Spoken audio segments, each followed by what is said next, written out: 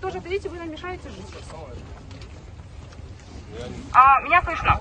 К нам сейчас подошли представители ГУВД Бишкека и просят нас разойтись на основании вчерашнего решения от 1 апреля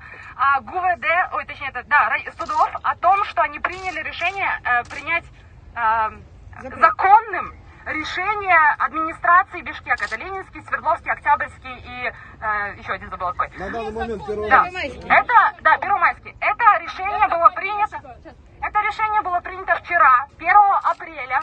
После него, это было 8 часов вечера, после него в 12 часов ночи Садыр Джапаров опубликовал у себя в Фейсбуке, что в сквере имени Горького можно собираться, хоть 24/7.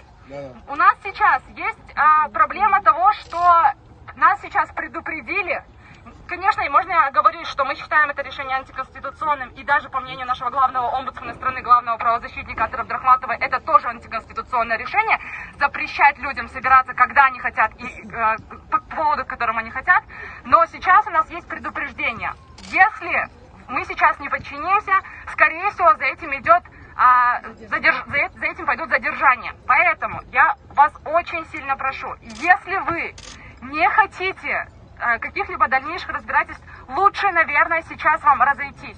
Мы здесь останемся, но мы не хотим подвергать опасности вашу жизнь и ваши какие-то дальнейшие планы. Поэтому вот на этом, я думаю, журналистам ничего не угрожает, участникам, возможно, будет угрожать что-то. Поэтому, пожалуйста, послушайте еще раз, подумайте, дайте нам минуту, чтобы они могли разойтись, если они хотят. И вот. На этом... Спасибо.